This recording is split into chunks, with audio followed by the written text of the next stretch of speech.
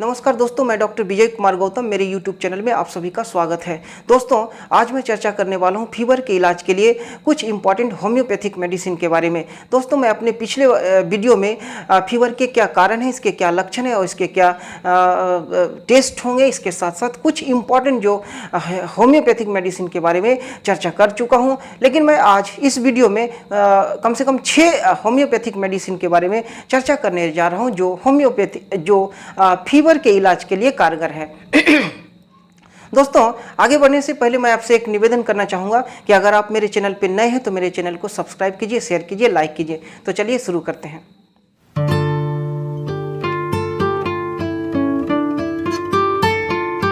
दोस्तों, आज मैं पहला मेडिसिन ले रहा हूँ बेप्टिसिया। आप बेप्टिसिया में देखेंगे इंटरमिटेंट टाइप्स ऑफ फीवर होता है, यानी कि पेशेंट में जो है हाई टेम्परेचर होने के बावजूद भी कम से कम 24 घंटे में एक बार अपने नॉर्मल जो टेम्परेचर है बॉडी का उस लाइन को जरूर टच करता है, यानी इंटरमिटेंट टाइप्स ऑफ फीवर होता है। इसके साथ साथ बेप्टिसिया का जो पेशेंट होता है, इनको अगर फीवर हुआ हो तो कंटिन्यूस टाइप्स ऑफ फीवर होता है, यानी कि 2 दिन 3 दिन 4 दिन 5 दिन 7 दिन तक इनको फीवर हो सकता है। इसके साथ साथ आप देखेंगे काफ़ी इनको वीकनेस भी होता है, यानी इनको जो कमजोरी जो है शरीर में काफ़ी होता है। इसके साथ साथ बॉडी में जो है muscular soreness in the body इसके साथ साथ आप देखेंगे इनको muscular soreness in all over the body, यानी कि पूरे बॉडी में जो मस्कुलर पेन होता है। इसके साथ साथ आप देखेंगे इनका जो डिस्चार्ज होता है काफ़ी ऑफेंसिव होता है, यानी कि इनका स्टूल जो है, इनका जो यूरिन है और इनका स्वेट जो है काफ़ी ऑफेंसिव होता है। इस तरह का अगर सिम्टम मिले तो आप समझ लीजिए बेप्टिसिया का पेशेंट है।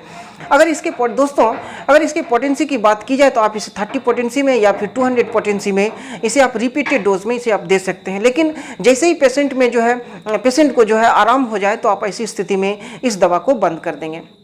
दोस्तों, नेक्स्ट मेडिसिन मैं आर्सेनिक एल्बम को ले रहा हूँ। आर्सेनिक एल्बम के पेशेंट में आप देखेंगे इनको ग्रेट प्रोस्टेशन होता है, यानी कि इनको काफ़ी वीकनेस भी होता है और इसके साथ साथ जो है इनका स्टूल जो है काफ़ी ऑफेंसिव होता है। अगर इनके फीवर की बात की जाए तो सुबह दिन में 12 से 2 बजे तक और रात में 12 से 2 बजे तक, यानी कि आप कह सकते हैं मिड डे और मिड नाइट जो है इनको फीवर होता है। इसके साथ साथ आप देखेंगे इनको बर्निंग थ्रस्ट भी होता है, यानी थोड़े थोड़े मात्रा में जो है आर्सेनिक एल्बम का पेशेंट जो है थोड़े थोड़े मात्रा में बार बार पानी और बहुत ज़्यादा मात्रा में पानी पीते रहता है। इस तरह का अगर सिम्टम मिले तो आप समझ लीजिए आर्सेनिक एल्बम का पेशेंट है। इसके साथ साथ आप देखेंगे आर्सेनिक एल्बम का जो पेशेंट है कोल्ड वाटर डिजायर इनको काफ़ी होता है। इसके साथ साथ आप देखेंगे ग्रेट मेंटल रेस्टलेसनेस भी होता है, यानी कि इनको काफ़ी मात्रा में बेचैनी होता है। इसके साथ साथ इनको फियर ऑफ डेथ भी होता है। अगर इस तरह का अगर आपको सिम्टम मिले तो आप समझ लीजिए यह आर्सेनिक एल्बम का पेशेंट है। आप ऐसी स्थिति में 30 पोटेंसी में या फिर 200 या फिर 1 m पोटेंसी में इसको दे सकते हैं, रिपीटेड डोज भी दे सकते हैं।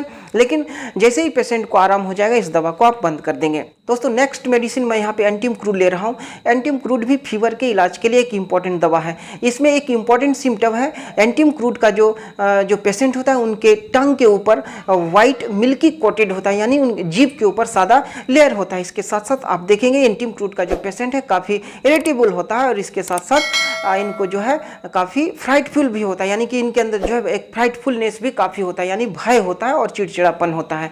एंटीम क्रूड का अगर छोटे बच्चों में अगर देखा जाए तो यह काफ़ी बच्चा जो है काफ़ी चिड़चिड़ा होता है और यह आपको पल्स भी चेक करने नहीं देगा। अगर इस तरह का अगर सिम्टम मिले तो आप ऐसी स्थिति में एंटीम क्रूड 30 पोटेंसी में प्रयोग कर सकते हैं, इससे आपको जरूर लाभ मिलेगा। दोस्तों, नेक्स्ट मेडिसिन मैं यहाँ पे एंटीम टार्ट ले रहा हूँ। एंटीम टार्ट भी फीवर के इलाज के लिए एक इंपॉर्टेंट दवा है। इसमें आप देखेंगे फीवर के साथ साथ ब्रोंकियल निमोनिया होता है पेशेंट को और रेटलिंग कफ होता है, यानी कफ के साथ साथ यानी खांसी के साथ साथ इनको जो है काफ़ी घड़घड़ाहट होता है। इसके साथ साथ जब भी इनको खांसी होता है पेशेंट सोचता है इनको काफ़ी मात्रा में एक्सपेक्टोरेशन होगा, यानी काफ़ी मात्रा में इनको कफ निकलेगा, लेकिन कफ जो है काफ़ी कम मात्रा में इनको बाहर होता है। इस तरह का सिम्टम जो है एंटीम टार्ट का होता है। इसके साथ साथ आप देखेंगे जब इनको निमोनिया होता है तो इनको कोल्ड पर्सपिरेशन होता है, यानी निमोनिया के साथ साथ इनको ठंडा पसीना आता है। इसके साथ साथ आप इनके जीभ के ऊपर यानी इनके टंग के ऊपर व्हाइट लेयर भी होता है। अगर इस तरह का अगर सिम्टम मिले तो आप ऐसी स्थिति में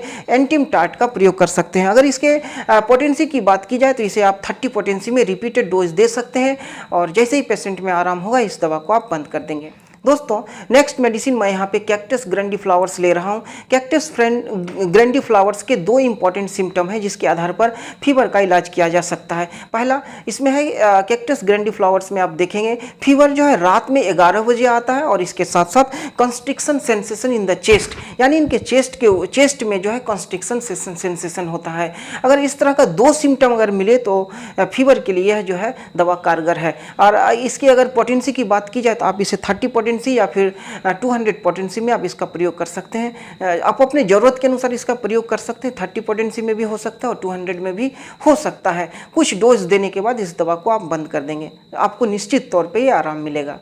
दोस्तों नेक्स्ट मेडिसिन मैं यहाँ पे कैंथरिस ले रहा हूँ। कैंथरिस भी फीवर के इलाज के लिए एक इम्पॉर्टेंट दवा है। अगर इसके सिम्टम की बात की जाए तो इसमें आप देखेंगे पेशेंट को यूटीआई होता है, यानी कि यूरिनरी ट्रैक इन्फेक्शन होता है। यूरिनरी ट्रैक इन्फेक्शन के साथ साथ अगर इनको फीवर हो तो आप ऐसी स्थिति में कैंथरिस का प्रयोग कर सकते हैं। आप देखेंगे अगर दूसरे सिम्टम को अगर देखा जाए तो इसमें यूरिन में बर्निंग होता है, इनको बार बार पेशाब जाने की इच्छा होता है, इसके साथ साथ सीवियर पेन भी होता है।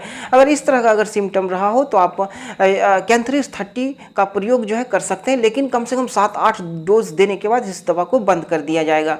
अगर पेशेंट में यूटीआई भी हो और फीवर भी हो और कैंथरिस का प्रयोग किया जा चुका हो, उसके बाद भी अगर पेशेंट को कोई लाभ ना हुआ हो तो आप ऐसी स्थिति में पायरोजेन 200 2 डोज आप दे सकते हैं। इससे आपको निश्चित तौर पे आपको लाभ होगा। दोस्तों तो ये था कुछ होम्योपैथिक मेडिसिन फीवर के इलाज के लिए।